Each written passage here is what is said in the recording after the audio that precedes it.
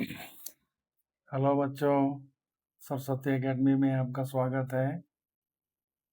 आज हम 2025 के वर्ड प्रॉब्लम और 2025 के बेसिक का वर्ड प्रॉब्लम और 2026 के स्टैंडर्ड का वर्ड प्रॉब्लम करेंगे। 2 क्वेश्चन हम करवा रहे हैं आपको, बोर्ड में आए हुए क्वेश्चन। इसमें जैसे 32 क्वेश्चन नंबर 32 का बी है और यह बी ना कहता है 3 consecutive positive integers are such that sum of the squares of smallest and product of other two is 67। मैंने कहता है कि 3 consecutive positive integers आ सकता है, 3 consecutive positive integers मैंने 3 consecutive में लगातार, जैसे 4 5 6 6 7 8 8 9 10 ऐसे 3 पॉजिटिव इंटीजर इस तरह हैं कि इनका जैसे sum of square of the smallest, मैंने जो सबसे छोटा है मतलब ये x, इसका square and product of the other two is 67। माने इसका x + 1 x + 2 का प्रोडक्ट और x का स्क्वायर, तब दोनों को जोड़ेंगे तो 67 के बराबर है। तो कह रहा है find the numbers using quadratic equation. तो कहता है क्वाड्रेटिक इक्वेशन के द्वारा ये नंबर को फाइंड करना है। तो जैसे ये लिख दीजिएगा कि let the 3 consecutive positive integers are x x + 1 x + 2। ठीक है, 80³ कह रहा फर्स्ट का स्क्वायर और प्लस दोनों का product x + 1 × x + 2 = 67। X square अब प्लस इसको मल्टीप्लाई कर देंगे, x² + 2x + x + 2 = 67। तो 2x² + 3x + 2 - 67, 67 को इधर ले आया तो माइनस हो गया, तो 2x² + 3x - 65, 67 - 2 कर देंगे -65 आ जाएगा। अब इसका मिडिल टर्म तोड़ देंगे 65 का ना, 65 को 2 से मल्टीप्लाई कर लेंगे, 130 का निकाल लेंगे ना, 65 का निकालिएगा तो नहीं निकलेगा। तो 2x², जैसे 13 10 जा 130 और 13 - 10 करिएगा तो 3 आएगा। वैसे भी जैसे आप निकालने लगे बाई द वे नहीं निकले तो समझ जाइए कि हम गलती कर रहे हैं। इसके फिर x² के साथ वाला नंबर वाला कांस्टेंट टर्म को आप मल्टीप्लाई करके तब करिए, ये दोबारा देखिए कि सही कर रहे हैं कि नहीं, फिर सही आ जाएगा।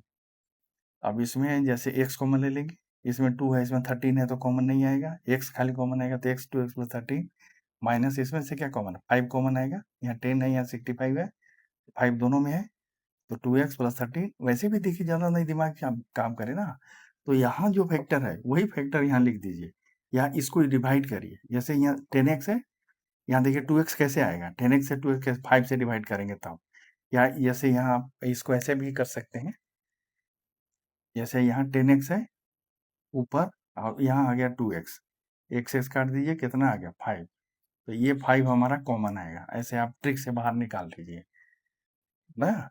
अगर क्वेश्चन जैसे बड़ा हो या आप नया बना रहे हो, प्रॉब्लम आपको हो रहा है, तब मैं ये आपको ट्रिक बता रहा हूँ, ये ट्रिक से आप निकाल लीजिएगा।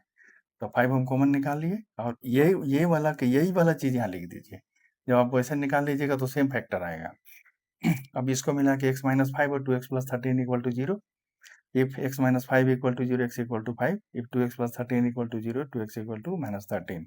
तो x = -13 not a valid value. ठीक है, so the numbers are x = 5 सबसे छोटा, x + 1 5 + 1 6, x + 2 = 5 + 2 = 7। तो 3 नंबर क्या हो गए 5 6 7। So the 3 consecutive positive integers are 5 6 and 7 ना। ये हो गया बेसिक का 2025 का ना क्वेश्चन नंबर 32 का और या बी ना 5 नंबर का क्वेश्चन आया है। देखिए थोड़ा ज़्यादा बड़ा तो नहीं है, हैं? फ्री के नंबर है, थोड़ा कोशिश करिएगा तो आपको आसानी से आप नंबर पूरे 5 नंबर ले सकते हैं इसमें। अब ये 2026 में देखिए स्टैंडर्ड में क्वेश्चन आ रखा है 5 नंबर का, या 35 का और है या 35 बी ना। The sum of the areas of 2 squares, जिसे बोले थे रेक्टेंगल वाला क्वेश्चन हम बनाते समय कि इंपॉर्टेंट आता है पेपरों में, देखिए यहाँ आ रखा है 2026 में। sum of the squares of sum of the areas of the 2 squares is 640 meter square if the difference in their perimeter is 64, find the sides of the 2 squares। मैंने कहता है कि दो स्क्वायर हैं, उनका एरिया का सम 640 मीटर स्क्वायर है ना। अगर उनके कहता है पेरीमीटर का डिफरेंस 64 हो, तो कहता है दोनों स्क्वायर के साइड्स को निकालिए। Let side of one square equal to x, side of other square x2, perimeter of first square p1, perimeter of second square ना p2। अब p1 minus p2 equal to 64। Question में दे रखा है कि perimeter का difference है, तो p1 equal to 64 plus p2। अब p1 बराबर क्या हो गया 4 इंटू x1, स्क्वायर का पेरीमीटर क्या होता है 4 इंटू साइड ना, equal to 64 plus 4 into x2। आप ये सब 4 से दोनों तरफ डिवाइड कर देंगे, तो x1 इक्वल टू आ गया 16 प्लस x2। ये हमको एक इक्वेशन मिल गया। अब दूसरा कह रहा है इनके एरिया का सम, इनके एरिया का सम कितना है, सम ऑफ एरिया 640 मीटर स्क्वायर ना। तो x1 square plus x2 square, square का एरिया क्या होता है side into side, side square. तो इसका साइड x1 है ना, यहाँ मान रखे हैं left side of square x1, तो x1 square plus x2 square equal to 640। अब यहाँ से x1 का वैल्यू आपको इसमें पुट करके ना आपको पहले x2 निकलेगा, और x2 निकाल के फिर x1 का वैल्यू हम निकालेंगे, तब दोनों साइड का स्क्वायर का साइड हमको मिल जाएगा। तो x1 क्या करेंगे 16 प्लस x2 है, x1 की जगह पर 16 प्लस x2 का होल स्क्वायर कर देंगे, plus x2 square equal to 640। अब a प्लस बी का होल स्क्वायर लगा के इसको तोड़ देंगे, 16 का स्क्वायर 256 प्लस ना 16 टू जा 32 x2 plus x2 square plus x2 square equal to 640। तो 2x2 स्क्वायर आ गया प्लस 32 x2 प्लस 256 माइनस 640, 256 में से 140 640 माइनस कर दीजिएगा, तो 384 आ गया।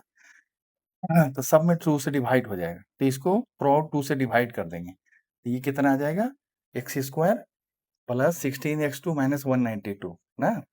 अब इसको आप जैसे प्राइम फैक्टराइजेशन करके निकाल लीजिएगा, तो आपको निकल जाएगा ना 192, 24 8 92 से होता है, 24 पे 8 से मल्टीप्लाई करिएगा तो 192 आएगा, 24 में से 8 माइनस करिएगा तो 16 आएगा ना। अब इसमें से क्या करेंगे x2 दोनों में कॉमन है, क्योंकि 24 इधर कुछ नहीं है, तो x2 कॉमन लेंगे, x2 प्लस 24 माइनस 8, ये पता है कि यही चीज यहाँ आता है, तो x2 प्लस 24 में 8 कॉमन ले लेंगे, तो x2 माइनस 8 और x2 प्लस 24 इक्वल टू 0। तो x2 माइनस 8 ना, तो x2 इक्वल टू माइनस 24 ना, तब एक जैसे स्क्वायर का साइड है तो माइनस नहीं होगा ना, तो x2 equal to minus 24 metre, जैसे नॉट वैलिड, तो और x2 इक्वल टू 8 मीटर,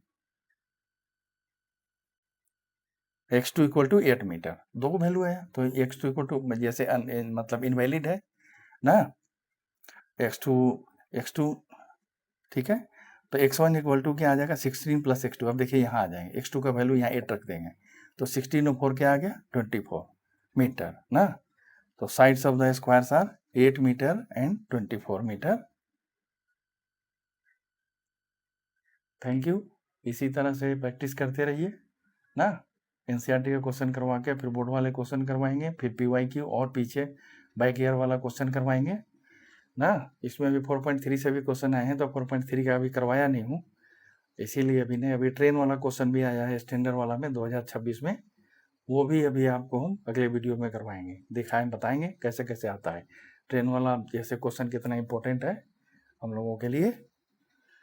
तो धन्यवाद, आप प्रैक्टिस करते रहिए, फिर दोबारा वीडियो के साथ मिलते हैं।